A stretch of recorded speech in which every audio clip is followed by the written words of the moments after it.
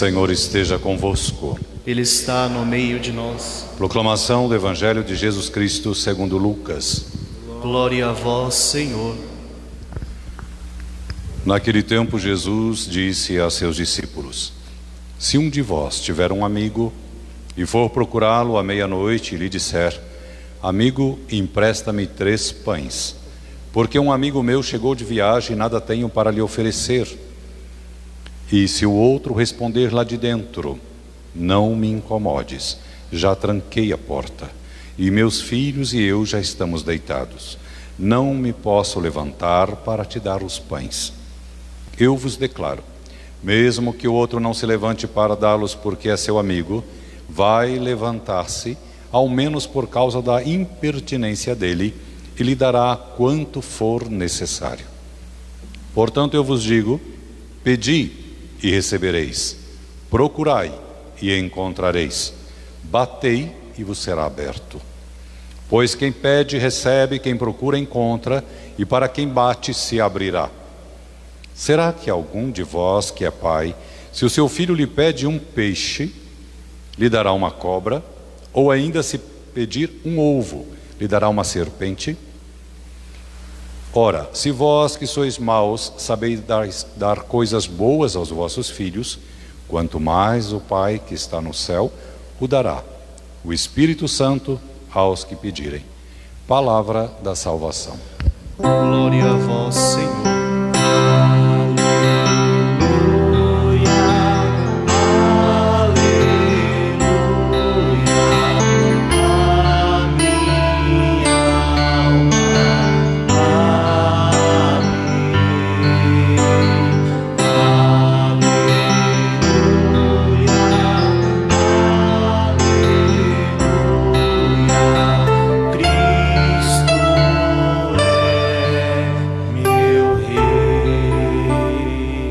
Pelas palavras do Santo Evangelho, sejam perdoados os nossos pecados. Olha, São Paulo está dizendo à comunidade dos Gálatas que depois que a gente faz uma experiência no Espírito, depois que a gente adere a Jesus Cristo, depois que a gente compreende o batismo, não dá mais para ficar procurando realizar só os desejos, só as coisas da carne, só o princípio da natureza, porque nós nos despertamos para o espiritual, porque nos despertamos para alimentar a própria alma. E a gente vai abrindo-se para a graça do Espírito, e a gente vai compreendendo herdeiro, a gente vai compreendendo cidadão do céu, cidadão do reino. E ele está dizendo para a comunidade que é uma insensatez, é um desperdício, depois de fazer certas experiências espirituais e certa intimidade com o próprio Cristo, a gente regredir, a gente dispersar no propósito de busca de crescimento espiritual e santidade. Isso vale para nós hoje também. Onde é que está o teu batismo? Onde é que estão os sacramentos que você buscava com tanta assiduidade? Onde é que está a palavra de Deus na tua vida?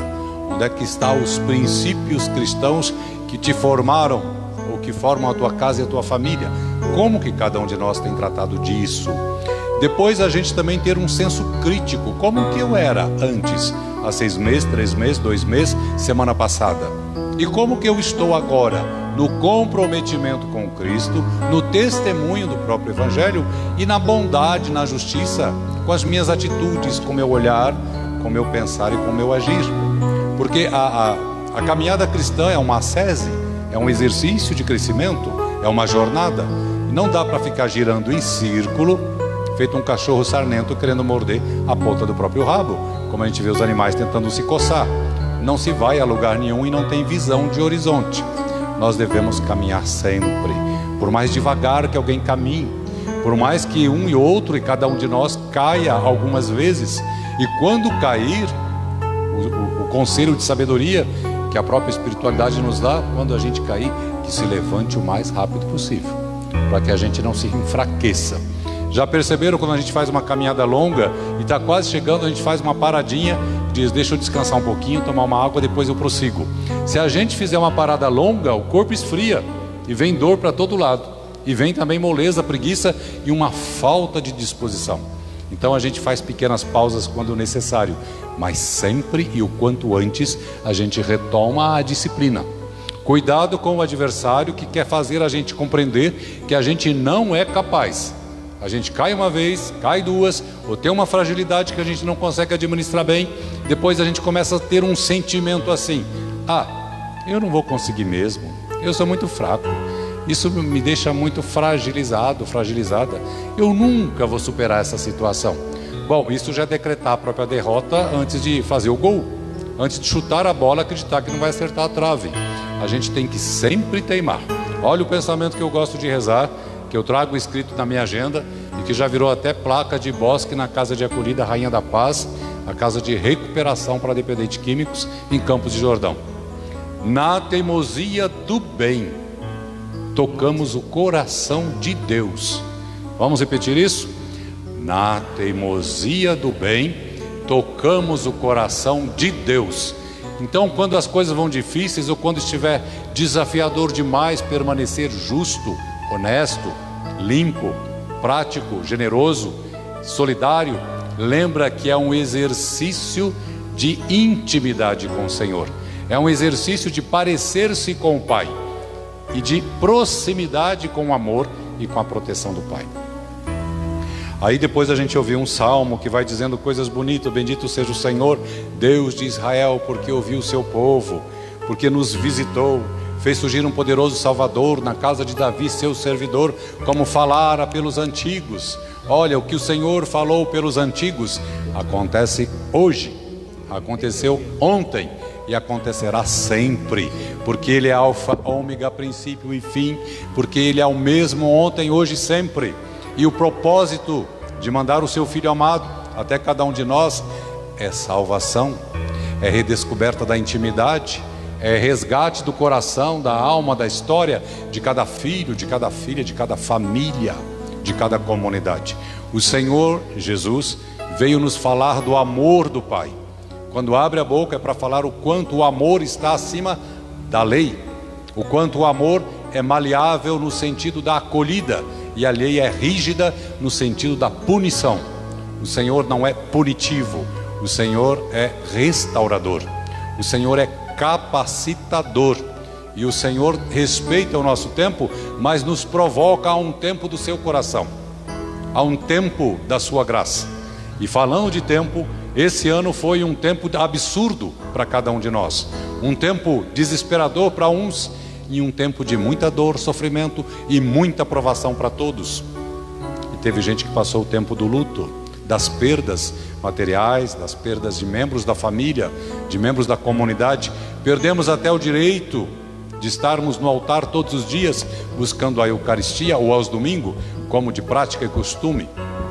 E agora estamos voltando, por quê? Porque vivemos, exercitamos a teimosia do bem, porque não desistimos de buscar e testemunhar que o Senhor está conosco e não vacilaremos mesmo diante da tempestade e da tormenta.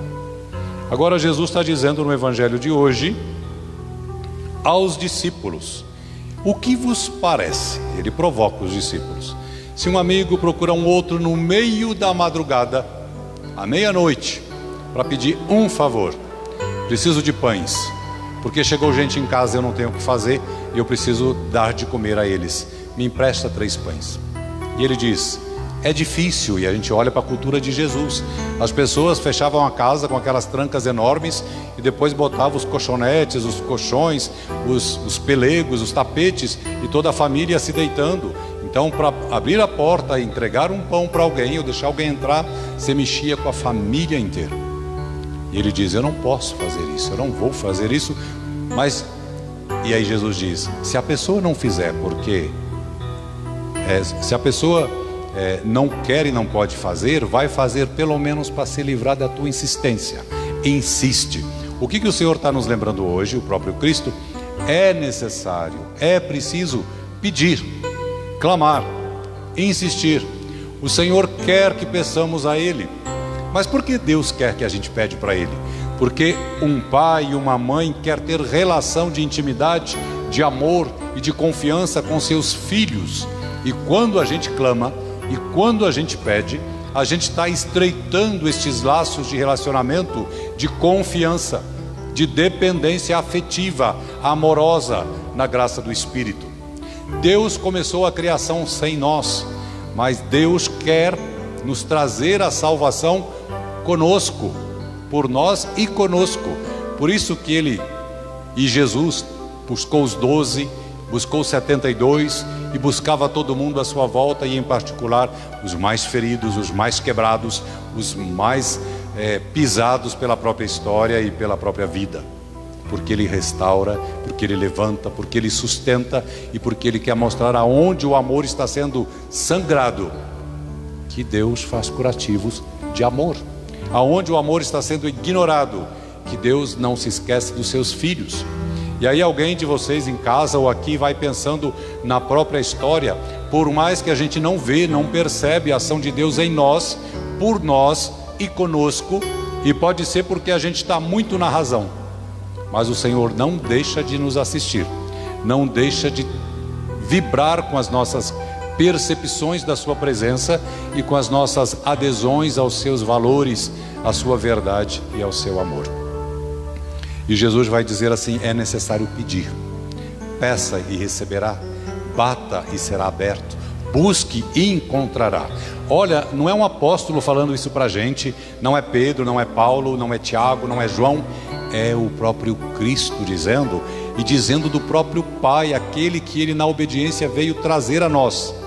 Peça e será ouvido e receberá, busque e encontrará, bata e se abrirá. Que a comunidade de fé tenha essa intimidade com o Senhor. E você sabe na tua vida e na tua história, independente do momento que você se encontra e do tempo de vida que você já desfrutou, quantas vezes você conquistou alguma coisa ou superou algum desafio e não foram as suas forças, e não foi a tua razão, o teu conhecimento e a tua criatividade, foi a ação do Espírito em ti, por ti e contigo. E por isso que ele termina, porque o Pai dá bons presentes ao seu filho, e ele fala das nossas limitações. Pode um filho pedir um pão e o pai dá uma serpente, pedir um ovo e dá um escorpião? Se a gente que tem uma natureza decaída, fragilizada, quebrada na pureza, a gente faz bem quando o amor está interligado, e um filho é ligação de amor direta, e quando o filho pede, a gente serve bem. Imagina Deus Pai na sua justiça plena e amor extremo, o quanto Deus Pai não faz por nós. E como faz? Eu lembro que um tempo, quando eu tinha ainda 18, 19 anos, trabalhava em Rio Claro, no orfanato de Dom Orione, antes de vir aqui para o noviciado. 70 órfãos. E quando chegava dia dos pais, dia das mães, tinha aquele mundo de propaganda na televisão, e como essas crianças sofriam nesse orfanato com as propagandas. Nunca me esqueci que tinha uma propaganda que mostrava um galho de uma árvore e um filhotezinho que caiu do ninho lá embaixo, um passarinho. Aí vinham dois passarinhos, pai e mãe, pegava o filhotinho pelas asinhas do lado e botava no ninho. E aí terminava assim: um pai nunca abandona seu filho. Falar isso para os órfãos que estavam ali debaixo daquele telhado, dividindo aquele espaço com o pai postiço que era eu, ou o irmão mais velho que era eu, e o padre diretor da casa, padre André, um pai postiço. Tinha que depois refletir com eles que ali também Deus estava agindo de forma diferente, não de forma convencional, não naquilo que está programado no mais conceitual da caminhada humana e social, mas de alguma forma Ele tinha uma proteção, Ele tinha alimento, saúde, estudo, Ele tinha segurança, Ele tinha uma família que Deus criou, também com tantos outros corações fragilizados, e com a gente que acabou dizendo não à paternidade biológica e assumindo uma paternidade espiritual e assistencial naquele momento. Então, fazer essas leituras não vem como se diz na propaganda. A vida não é bela como perfume ou como comercial de perfume de automóvel. A vida tem seus solavancos, tem seus desatinos, mas Deus vai costurando tudo com um fio invisível de amor, de misericórdia e de bênção. Agora a gente não vai ver com os olhos. E agora vou citar o Exupéry, do Pequeno Príncipe, porque o essencial é invisível aos olhos, o essencial a gente vê com o coração. Então põe a mão no teu coração, você que está em casa. Senhor Jesus, que hoje nos anunciou: peça e receberás, busque e encontrarás, bate e será aberto. Aqui estamos colocando o nosso coração à vossa disposição. nesta missa, nesta liturgia, nós queremos colocar todo o nosso ser. Não queremos ficar passivamente na tua presença, mas queremos interagir com pequenez e confiança, buscando a grandeza do teu amor e da tua graça, buscando a tua segurança e o teu sangue precioso que se derrama em cada altar e que banha toda a nossa história e que sustenta e refaz todo o coração, toda a família e toda a comunidade cristã. Dai-nos a graça de colocarmos-nos na presença do Espírito Santo, para que compreendamos mais e mais, que possamos ter essa intimidade com Deus Pai, porque o Senhor, diante de Deus Pai, é o único intercessor. Depois a Virgem Maria, os santos, os próprios anjos, intercede a Ti por nós, que nos leve ao Pai.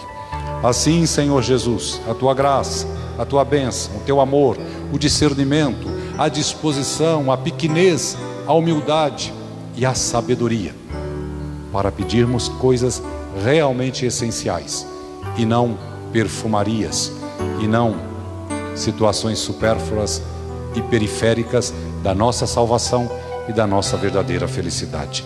Pedimos também por todas as pessoas pelas quais estamos rezando, nos comprometemos a rezar e pediram e confiam que rezaremos por ela. Assista-nos, acolha-nos, sustenta-nos na tua graça, vós que viveis e reinais pelos séculos dos séculos. Amém.